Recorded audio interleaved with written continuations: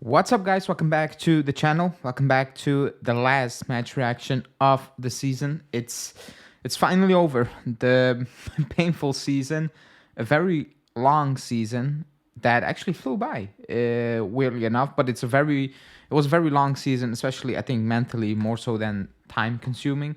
Although at one point it felt like we were all wasting our time because overall, it's been a poor season.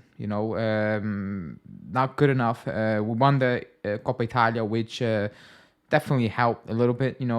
Change the mood. But I think the post-season or the end of the season moves or news is actually what made people think, hey, actually, the season is it's not that poor. But it's been poor. We win on the final day. We beat Monza, which actually was a good win. It was actually quite a relaxing, exciting game. Excuse me. Happy for Montero, obviously. Happy for Alexandro. If he was gonna equal that record and play his last game, definitely he deserves a goal. On Alexandro, 9 years. It's a lot. It's not his fault that he stayed for this long. He shouldn't have stayed for this long. I'm not going to forget the good moments he had, because the good moments were world class at one point. It was unbelievable.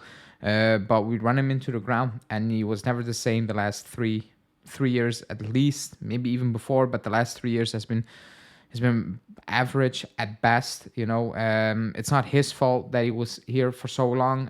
You can see, like, he's not a bad guy. He never speaks. He doesn't give interviews. He just does his job, basically. So nothing against him, but happy for him that he got that type of farewell, I guess. With the goal in his final home game. You can see what it means, to play for this club. Usually Brazilians, they completely flop at the club, or actually they don't stay this long. So 9 years is actually insane, for a Brazilian. So good for him, I guess. Wish him all the best. We move on, as we should have, and as we always do when we even lost bigger players, bigger legends, better players.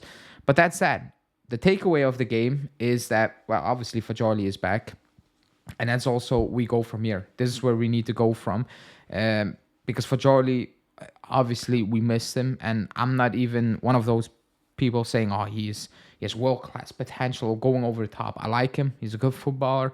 He still needs to improve. It's a shame that he missed, he wasted a year of his career completely, of his development, because he still needs to improve in certain things, because he could become kind of unplayable if he improves certain decision makings, because he has all the techniques. But you can see the difference he makes. You can see the difference it makes to play Chiesa not as a quote-unquote second striker. It's a world of a difference. You can see the difference it is in terms of approach. Yildiz and Chiesa on the same pitch. It's a complete different vibe, and yes, it's the last game, but that's what I've always been saying, that we never try to change mid-season, to do something else, to give other players a chance in a different role. You can see Chiesa can still play. And you can see that certain players are quote-unquote free, and they play like they're quote-unquote free. So that's basically the biggest takeaway of that game, but also for the season, that yes, we were never going to win the title, and maybe the first part of the season tricked a lot of people, but the last part was so poor that you cannot say, oh, the first part tricked a lot of people, because the last part was so poor that the first part is irrelevant, because we shouldn't be this poor. I'm not saying we should have won another 18 games or so, but man, we won 2 out of 15 or so. So it was just a disaster. A season to quote unquote forget, besides Coppa Italia, because that you will always remember. It's a trophy. That's what it's all about. But a season to forget. I think all season long we were kind of looking ahead to the future. We were looking ahead to the season to come. I think since December, we were talking about transfers every single day, about coaching positions every single day, and it didn't feel like a real season, because usually we should be talking about football, in December, in January, in February. We should be talking about football, not transfers. But we did, because the football was so poor and it was so obvious that we needed change, that we had no choice. On top of that, we only play one game a week, so we kind of were forced to talk about actual football stuff in terms of on the pitch. Next season will be different. We have You have 8 Champions League games at least. You need to do extremely poor to not add 2 more to it, or 1. Is it 1 if you do the playoffs? I think it's 2. It's home and away. You have the Coppa Italia. You have the Super Coppa, with just 2 games, weirdly enough. I don't like. You have the World Cup, so it's going to be a lot of football, and it's going to be a lot of changes, But Fagioli, Chiesa, I think these are the players that are going to need to drag you out of it a little bit. Chiesa needs to have a big season next season. He needs to bounce back no matter what. Fagioli needs to step in and give a helping hand, because we missed him. He missed the year of his career. And then you have the new signings. You have a new coach. You have new ideas. So I think that's kind of the takeaway of the entire season. It was just cruising towards the end, looking for change, looking for, okay, what are we actually going to do as a club right now? Even today, that was kind of the vibe. It was kind of the vibe.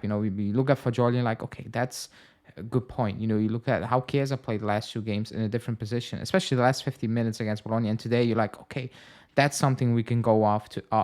Even Diallo got minutes, and he looks fast. Like he looks good on the ball. Not a lot of sample size, but that's that. So I think those were the takeaways even today.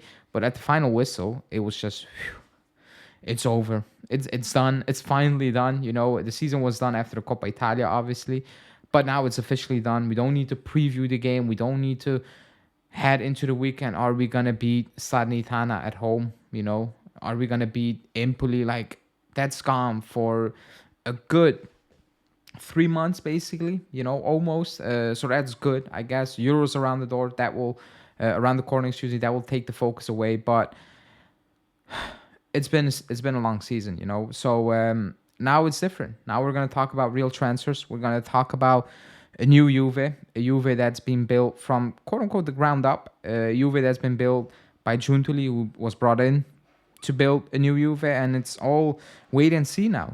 Is he gonna succeed? Is he gonna do what we brought him in to do? Because next season it's gonna be another tough one.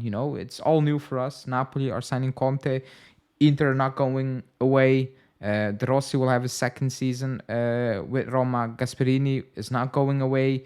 And who knows? Who knows what else will happen with Milan? So it's going to be a tough season, but we need to be ready. We need to be ready. We need to start off the positive things from this team. That needs to stay, and that's purely individual at this moment in time. And then it's up to Motta to build something from the ground up. And that's what we're going to talk about all transfer window long, all summer long. We are going to talk about that. But that's it for me. I want to thank everybody who sticked around for especially the last 3-4 months. That's been rough, but a lot of people do watch every single video, which I do appreciate. Hit the like button, subscribe, and stay tuned. Hit the notification bell as well, because it's going to be a busy summer. I have different things planned with different people as well, so stay tuned for that. And I'll see you guys very, very soon. Ciao.